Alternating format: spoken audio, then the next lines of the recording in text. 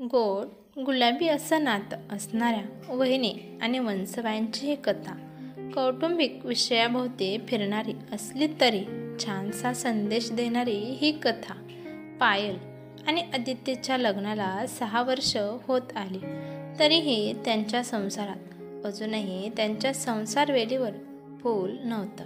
त्यामुळे पायल सतत उदास असायची. आदित्यला पायलची ही अवस्था बघवत नव्हती.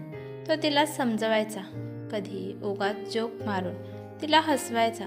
काळजी करू नको ग, मी आहे की, तुझं बाळ जन्मभर तुझं लहान बाळ बनून राहीन मी, असं काही बाई बोलून तिला खुश ठेवण्याचा प्रयत्न करी. तर दुसरीकडे पायलची सासू आदित्यची आई कुसुमताई मात्र पायलला मूल होत नाही म्हणून सतत टोमणे मारत होती. माधुरी आणि आदित्यचा प्रेमविवाह होता. कुसुमताईंना त्यांच्या मैत्रिणीची मुलगी त्यांना सून म्हणून आणायची होती, परंतु आदित्यचं प्रेम त्याच्या आत्याच्या मुलीवर म्हणजे पायलवर होतं. दोघांच्या विवाहाला कुसुमताईचा भयंकर विरोध होता. त्यांचा विरोध पत्करून दोघांनी लग्न केलं. त्यामुळे कुसुमताई पायलला बोलण्याची एकही संधी सोडत नसत. त्यात आता लग्नाला 6 वर्ष होऊनही घरात पाळणा हलत नाही हे पाहिल्यावर कुसुमताईने अजूनच जोर चढवला. उठता बसता त्या पायलला दोष द्यायच्या.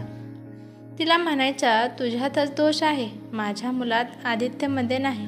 पांढऱ्या पायाची कुठली एवढ्या खालच्या थराला जाऊन बोलत असायच्या. पायल जॉब सांभाळून घरच्या सर्व जबाबदाऱ्या पार पाडायची.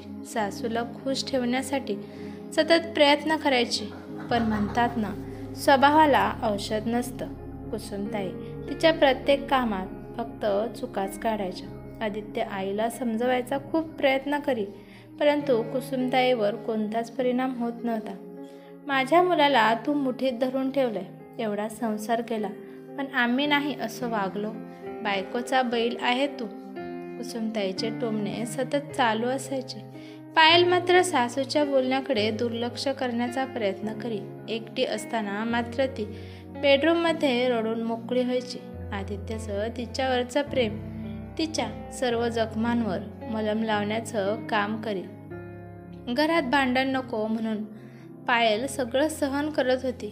1.5 वर्षापूर्वी पायलच्या नंदेचं म्हणजे राधिकाचं लग्न झालेलं आणि तिला दिवस पण गेलेले असतात. ही बातमी ऐकल्यापासून कुसुमताईला खूप आनंद झालेला असतो.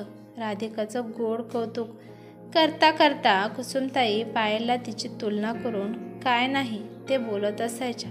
म्हणायच्या, माझ्या लेकीला तुझ्या आधी दिवस गेले आणि तुझ्या लग्नाला 6 वर्ष झाली, तरी तुझं पोट रिकामच आहे. तुझ्या बाईपणाला काय जाळायचे का? तुला बाळच नाही म्हणून तुला स्त्री असण्याचा हक्क तुला नाहीच आहे. वांजोटी कुठली, मूल जन्माला घालण्यासाठी स्त्रीचा जन्म असतो, नाहीतर तिच्या स्त्री होण्याचा काहीच फायदा नाही असं समजणाऱ्या ह्या समाजाला त्या स्त्रीच्या अंतर्मनातल्या वेदना कधी कळणार? कधी तिच्या श्वासात तिच्या अपेक्षांची वर्ध त्यांची चाहूल असते हे तिला वांज म्हणणाऱ्या लोकांना कसं कळणार? सासूबाई काही पण बोलत असल्या तरी पायलला पण राधिकाच्या प्रेग्नन्सी बाबतीत खूपच आनंद झालेला असतो. राधिका आणि पायल मैत्रिणीसारख्या राहिलेल्या होत्या. राधिकाला पण तिच्या आईचा स्वभाव आवडत नसायचा. ती सुद्धा आई संग पायलवरून सतत भांडणे करत असायची की, आई तू एक स्त्री असून एका स्त्रीचं मन कसं जाणत नाही, म्हणून ती आईला सतत समजावून सांगत होती. पण कुसुमताईच्या पुढे जायची हिंमत कुणाच्या मध्ये नव्हती. बघता बघता राधिकाला 6 महिने पूर्ण झाले. जगाच्या रीतप्रमाणे पहिलं बाळंतपण माहेर करण्याची प्रथा असते, त्यामुळे राधिकाला माहेरी आणलं. कुसुमताईंनी आपल्या लेकीचं राधिकाचं सगळं डोहाळे पुरवले. तिला काय खाऊ वाटतंय, काय खाऊ वाटत नाही हे सर्व त्या स्वतः जातीने पाहत होत्या. आपल्या लेकीसाठी किती करू आणि किती नको असं होत होतं त्यांना. पायल तिने बनवलेलं पदार्थ खायला देत होती, परंतु कुसुमताई तिला तिच्या हातचं खाऊ देत नव्हत्या. परंतु राधिका गपचूप आईची नजर चुकवून पायलच्या हातचं खात होती. 6वा महिना संपला आणि 7वा महिना सुरू झाला. राधिकाच्या डोहाळ जेवणाची तयारी सुरू केली. पायलने सगळ्या कामाची जबाबदारी स्वतःवर घेतली. सगळी व्यवस्था उत्तम व्हावी याची काळजी पायल घेत होती. सासूबाईकडून जरी चूक झाली तरी त्या चुकीला जबाबदार पायललाच ठरवत असायच्या. त्यामुळे आता बारीक सारीक सुद्धा चूक करून जमणार नव्हती. तिने किती पण केलं तरी तिचं कौतुक कुसुमताईला अजिबात नसायचं. पाहुण्यांची यादी, जेवणाचे पदार्थ, देण्या घेण्याचं, घराच्या सजावटीचं, खरेदी काय करून आणायचं याच्यात कोणतेही कमी पायलने केली नाही. सगळे एकदम निर्विघ्नपणे पार पाडण्याचा प्रयत्न पायल करत होती. राधिकाच्या डोहाळेनिमित्त तिला जणू वाटत होतं की हे तिच्याच बाबतीत घडत आहे. घरातील सून म्हणून तिच्यावर सगळी जबाबदारी होती आणि आदित्य पण तिला उत्तमपणे प्रतिसाद देत होता. आदित्य पण सगळ्या कामात सगळीकडे लक्ष देत होता. सासूबाई मात्र फक्त पायलची मज्जा बघत होत्या. अखेर तो दिवस उजाडला. घरात नुसती गडबड गोंधळ सुरू झाली. पायल खूप प्रेमाने पाहुण्यांना पाहुणचार करत होती. सगळ्यांना आपुलकीने विचारत होती. सगळ्या पाहुण्यांचं बघता बघता काम करता करता पायलने स्वतःकडे लक्ष दिलं नाही. ती तयार व्हायचीच विसरून गेली. मग राधिकाने तिला जबरदस्तीने तयार केलं. राधिका म्हणाली, वहिनी इतकं मस्त मला तयार केलं, एवढं घर मस्त सजवलं आणि माझी वहिनी सजली नाही म्हणून राधिका तिची चेष्टा करत होती.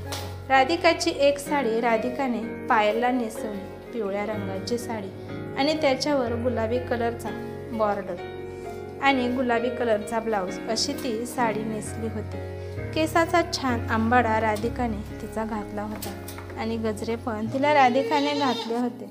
आदित्य तिच्याकडे पापणी न पाडता बघत होता. मग राधिकाने हळूच त्याला खुलावणं आणि मग तो दुसरीकडे पाहू लागला.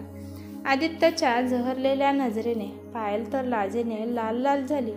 4 वाजता सगळे कार्यक्रमासाठी हजर झाले. सगळीकडे आनंदी वातावरण होते.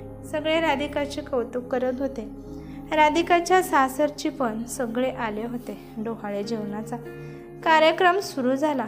पहिल्यांदा माहेरची ओठी भरण्यासाठी राधिकाच्या सासूने पायलला आवाज दिला, पण कुसुमताईंनी पायलला जाण्यासाठी नकार दिला. बाहेरचे लोक म्हणायच्या आधीच कुसुमताई म्हणाल्या की वांझोट्या बाईने ओटी भरू नये, अपशकुन होतो. सगळी त्यांच्याकडे आश्चर्याने पाहू लागले. आपल्या सुनेबद्दल असं बोलताना त्यांना अजिबात लाज वाटत नव्हती.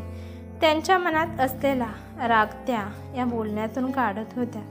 कुसुमताईच्या तोंडून निघालेला वांझोटा शब्द पायलच्या एकदम हृदयाला चुरचूर करून गेला. राधिकाचा आणि आदित्याचा तर राग 7वे आसमानावर होता. आईचं हे बोलणं ऐकून त्यांना अजिबात आवडलं नाही.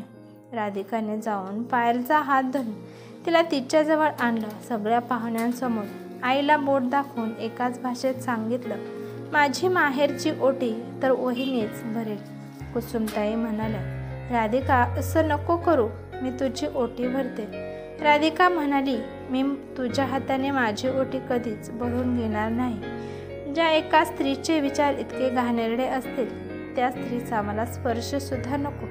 अशा पद्धतीने ती तिच्या आईला बोलली. जर वहिनीने माझी ओटी नाही भरली तर मी हा कार्यक्रम इथेच थांबवणार.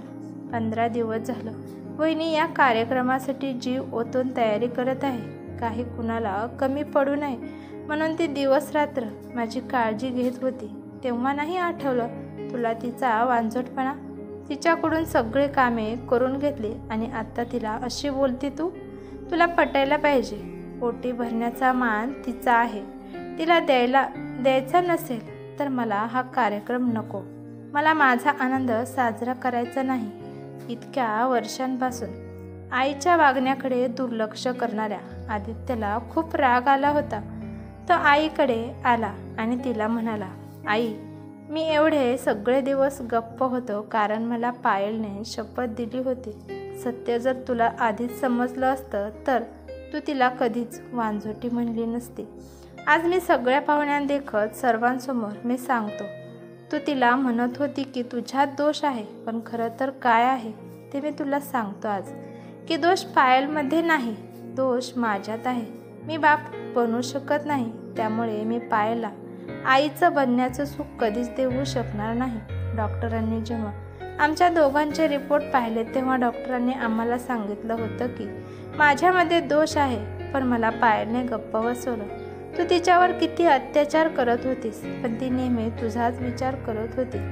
पायलच्या डोळ्यातून अश्रू धारा वाहत होत्या. कुसुमताईंना हे ऐकून धक्काच बसला. त्यांच्या कानावर विश्वासच बसत नव्हता. त्यांचं डोकं गरगरायला लागलं आणि त्या खाली बसल्या. थोड्या वेळाने त्यांना बरं वाटल्यावर त्यांनी पहिली हाक पायलला मारली. पायलला सतत रडायला येत होतं. इतक्या दिवसाचे लपवून ठेवलेले अश्रू जुने आज पूर आल्यासारखे वाहत होते. आज सगळ्यांसमोर सत्य बाहेर आलं. आता पुढे काय करायचं हाच विचार तिला छळत होता. पायलला बघताच कुसुमताईंनी तिला मिठी मारली. पायल, मी तुझा सतत राग केला, पण तू कधी मला उलट बोलली नाही किंवा तू मला माघारी सुद्धा एक शब्दसुद्धा बोलली नाही. तू नेहमी माझ्याशी हसत खेळत वागली. मी मात्र तुझा खूप छळ केला. प्लीज मला माफ कर पायल. आई, तुम्ही माझ्यापेक्षा मोठे आहात. माझ्यापुढे असं हात जोडू नका. आणि माझ्या मनात तुमच्याबद्दल कधीच राग नव्हता आणि येणार पण नाही. मी एक स्त्री असून सुद्धा तुमच्या भावना समजू शकले नाही.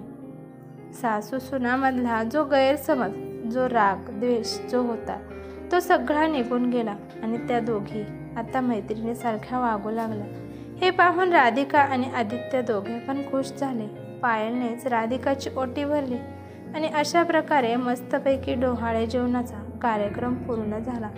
नंतर 1 वर्षाने पायल आणि आदित्यने 4 महिन्याच्या मुलीला दत्तक घेतले आणि त्या मुलीला कुसुमताई, आदित्य आणि पायलने खूप भरभरून प्रेम दिलं.